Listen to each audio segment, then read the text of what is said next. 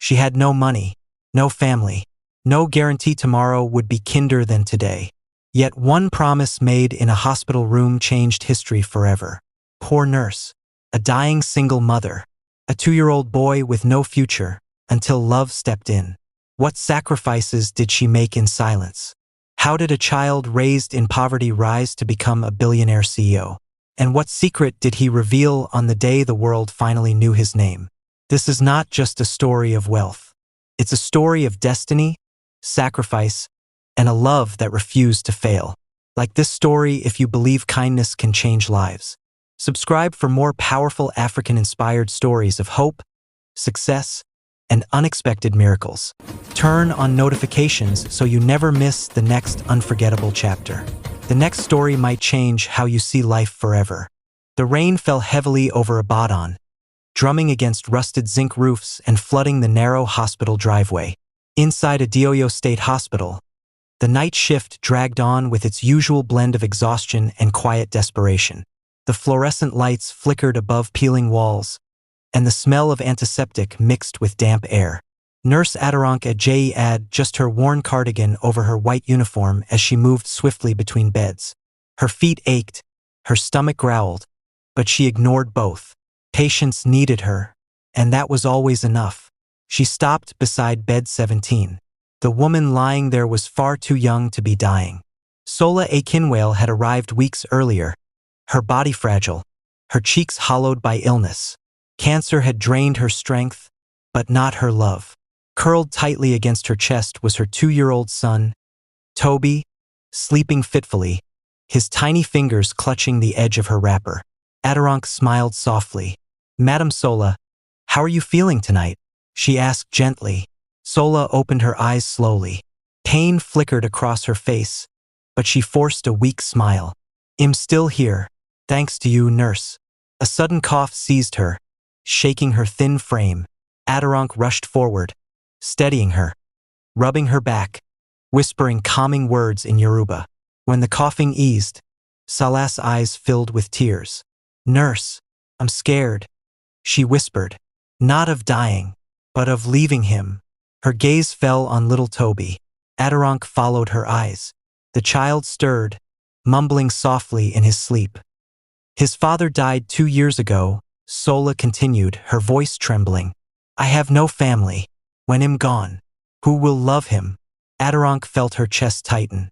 She had seen death many times, but this pain, this fear of a mother, cut deeper than any wound. "You will live," Aderonke said softly, though her heart knew the truth.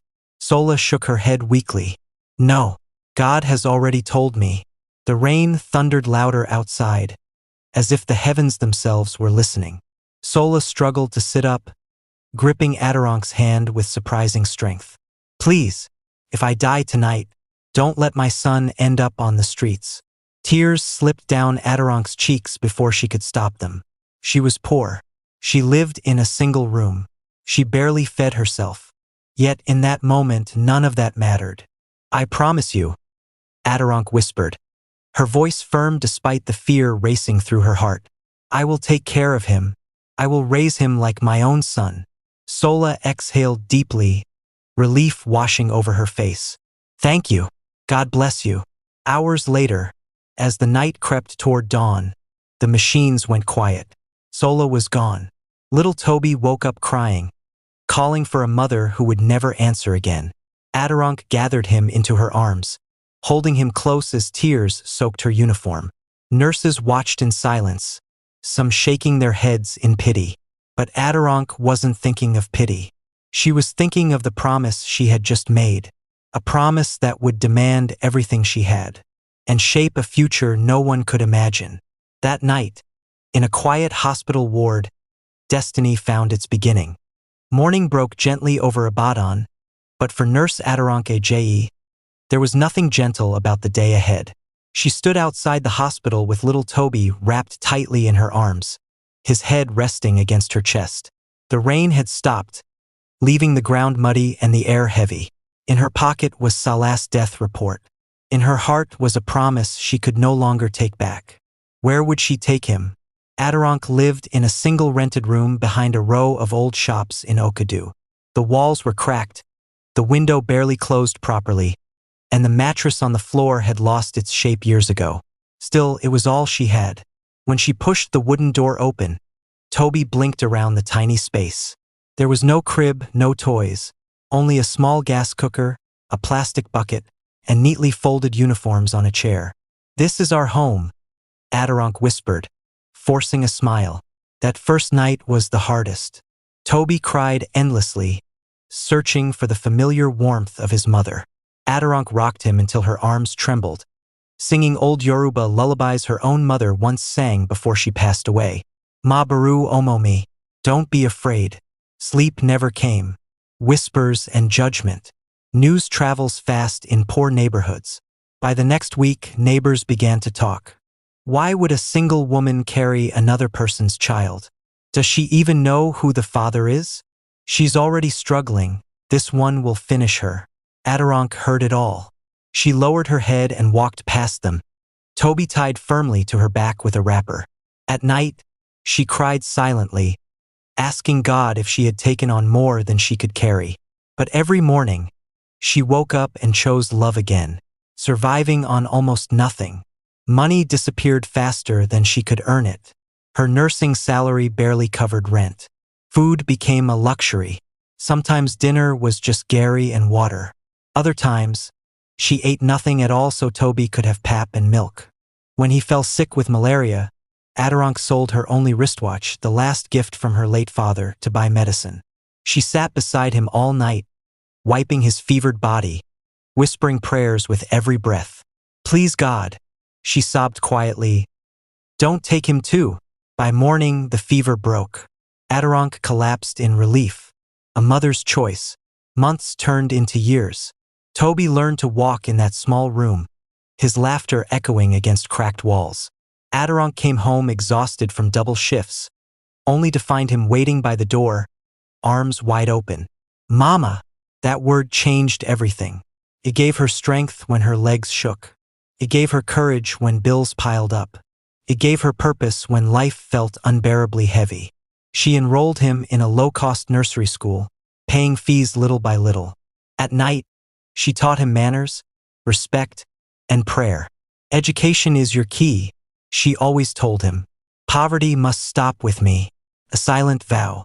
One evening, after putting Toby to sleep, Adironk sat on the floor counting coins under the dim bulb light. Her uniform was torn at the shoulder. Her body ached. She looked at the sleeping boy and whispered, "No matter how hard it gets, I will not fail you." Outside, the city buzzed with life. Inside that tiny room, a future was quietly being built, not with money, but with sacrifice, love, and an unbreakable promise. And unknown to the world, the foundation of a great man was already laid. By the time Toby turned 7, it was clear he was different. Not in the way clothes or shoes revealed difference, those were always secondhand, but in the way his mind worked. He asked questions that made adults pause. He fixed broken radios he found in the neighborhood. He counted numbers faster than most children his age and read signboards aloud as they walked through the streets of Ibadan. Adironk noticed everything. Every evening, no matter how tired she was from work, she sat beside him under the dim yellow bulb, listening as he read from borrowed textbooks. Sometimes her eyes burned with sleep, but she never left his side. "You are going far," she would say softly.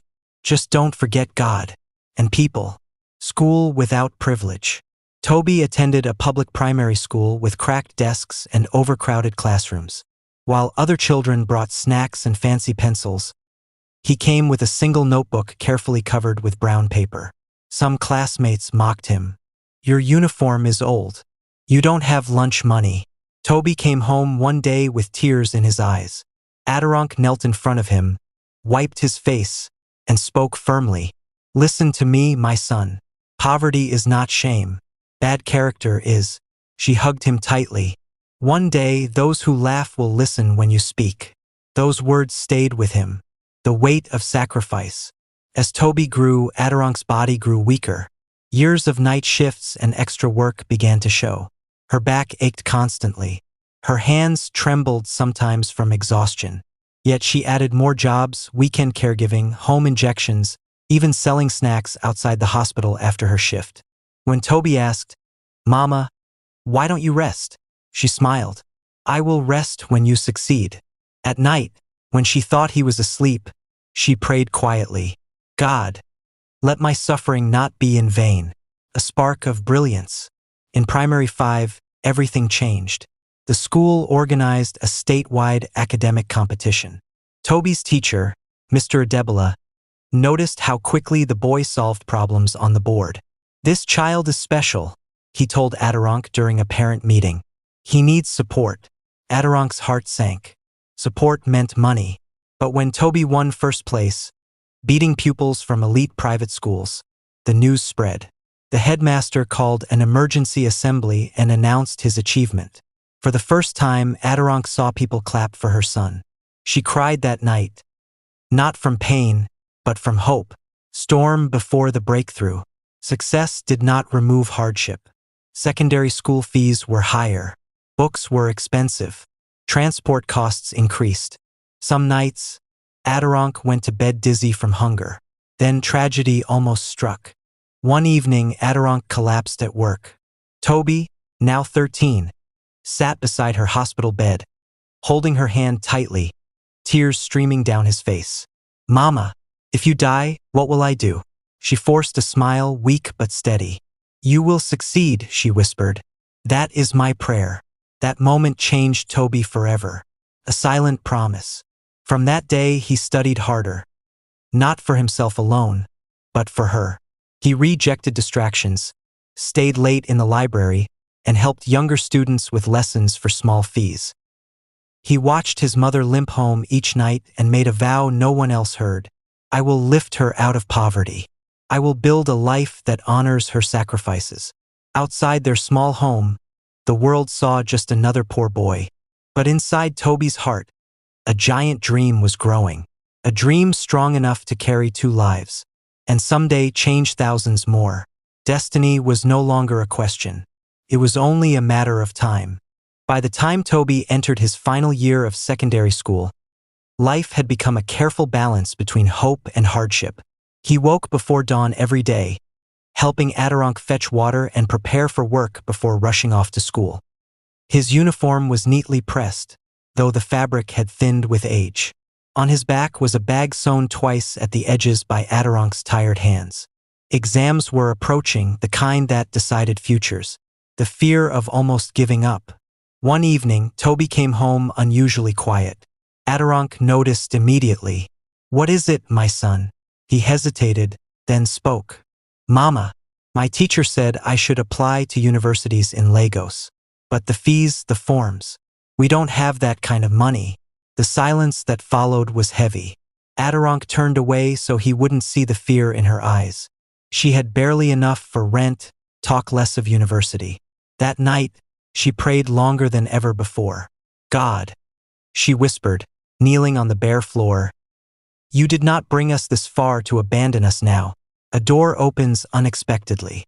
Weeks later, the school announced a national scholarship examination sponsored by a private foundation. Only the top students were allowed to sit for it. Toby qualified. The examination center was in Lagos.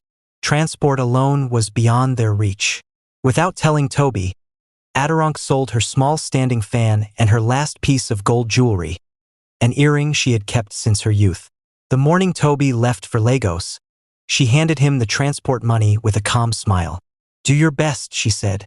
"The rest is in God's hands." The waiting. Days passed. Adironk checked her phone constantly, even at work. When the results were finally released, her hands shook as she dialed the number written on the notice board. "Toby Ajayi," the voice on the line said. "You placed first nationwide." The phone slipped from her hand. She screamed. Neighbors rushed in, thinking something terrible had happened, only to find Adironk on her knees, crying and laughing at the same time. The journey begins. The scholarship covered full university tuition, accommodation, books, and a monthly stipend. For the first time in her life, Adironk slept without worrying about school fees. Toby gained admission to study business and technology at a top university in Lagos. The day he left home, Adirang hugged him tightly, holding back tears. "Remember who you are," she said. "And remember where you're coming from," he replied. A test of character. University life exposed Toby to a world he had never known. Luxury cars, powerful connections, students born into wealth. At first, he felt out of place. But he remembered his mother's cracked hands and sleepless nights. While others partied, Toby learned coding, studied finance, and attended free innovation seminars. He worked part-time at the school library and saved every naira. By his third year, he built a small health tech platform inspired by the hospitals where Adirang worked, an idea to digitize patient records and reduce medical errors. Many laughed at him. "This is Nigeria," they said. "It won't work." Toby smiled quietly and kept building. A new storm. Just before graduation, tragedy struck again. Adirang fell seriously ill. This time, it was worse. Toby rushed home, fear gripping his chest as he sat by her bedside.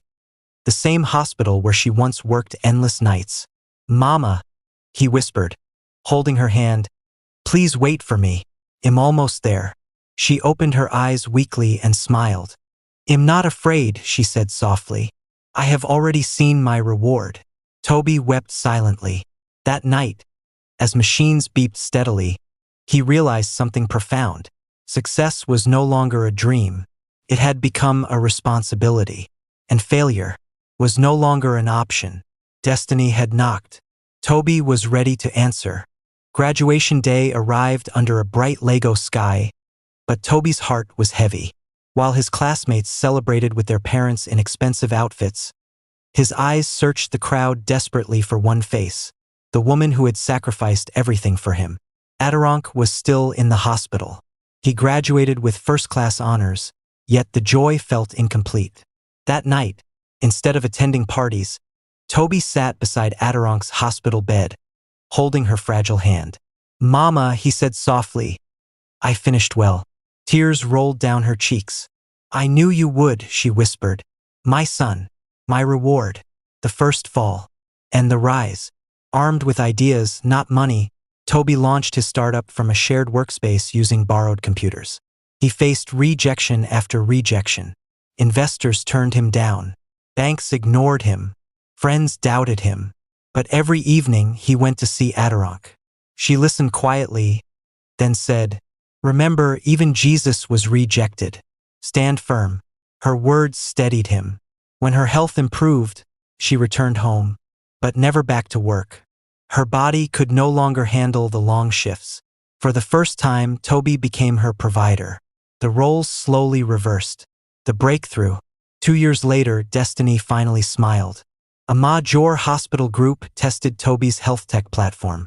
Within months, it reduced medical errors and waiting time drastically. News spread quickly. Investors came back, this time with respect. Contracts followed. Expansion came fast. By age 35, Toby Ajayi stood at the helm of a company operating across Africa. His net worth crossed into billions. Yet he never moved without Adirang. Every major decision began with, "Mama, what do you think?" The day the world stopped. At the grand opening of the company's headquarters in Lagos, the hall overflowed with executives, politicians, and media houses. Toby walked onto the stage in a tailored suit, calm and composed. Then he did the unthinkable. He called an elderly woman forward, simple, dignified, dressed in elegant Ankara. "This woman," Toby said into the microphone, "is the reason I am alive today." Gasps filled the room. "She is not my biological mother. She was a poor nurse who kept a promise to a dying woman and raised a child the world had abandoned." He turned to Adirang, knelt before her and held her hands. "Everything I am is because of you." The room erupted in applause as tears streamed freely. The honor she never sought. That day, Toby announced a fully funded free healthcare program for nurses, scholarships for orphans and children of single mothers, a modern nursing college named after Adirang Ajayi. He then handed her the keys to a beautiful home. Adirang shook her head gently. "I didn't do it for this," she said. Toby smiled through tears. "I know. That's why you deserve it. Legacy beyond wealth. In the quiet of their new home that night, Adirong sat beside Toby. "You kept your promise," she said. "No, Mama," he replied softly. "You kept yours first." She never became rich by money, but she became wealthy in legacy. Because long after skyscrapers fade and fortunes change, the story of a poor nurse who raised a billionaire will continue to inspire generations. Some crowns are not worn on the head. They are placed gently on the hearts of those who loved without limits. This story is proof that greatness is not born in luxury. It is nurtured in love, sacrifice, and unwavering faith. Adirong never chased wealth. She never asked for recognition. All she did was keep a promise and raise a child with values stronger than poverty. And in return, the world gained not just a billionaire CEO, but a leader with a conscience, a son with gratitude, and a legacy built on compassion. Never underestimate the power of one selfless act. Never look down on small beginnings. Never forget the hands that lifted you when the world turned away. If this story touched your heart, inspired you, or reminded you to keep going despite the odds, like this story to show your support. Subscribe for more powerful African-inspired stories of love, success, sacrifice, and destiny. Share this message. You never know whose life it might change, because the next story might be the one that inspires your breakthrough.